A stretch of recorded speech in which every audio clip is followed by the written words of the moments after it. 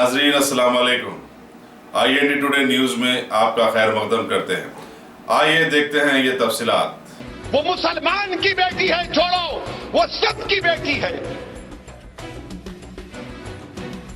मंदिर में रखकर उससे मुंह काला किया गया, 8 साल की मासूम बच्ची के साथ ड्रग्स दिए गए उसको, और बारी बारी से आकर उसकी इज्जत लूटी गई। बल्कि मीरठ से बुलाया गया एक शख्स को कि तू भी आ, एक बच्ची है उससे मुंह काला कर। बताओ मिस्टर मोदी, ये कौन लोग थे? जम्मू के वो लोग जो बीजेपी के मिनिस्टर थे, इन्होंने उन जालिमों का साथ दिया जिनको गिरफ्तार किया गया था।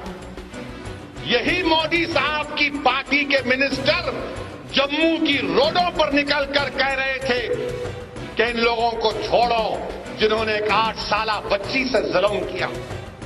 ये कौन है वो लोग जो मंदिर की बेहुरमती करते हैं?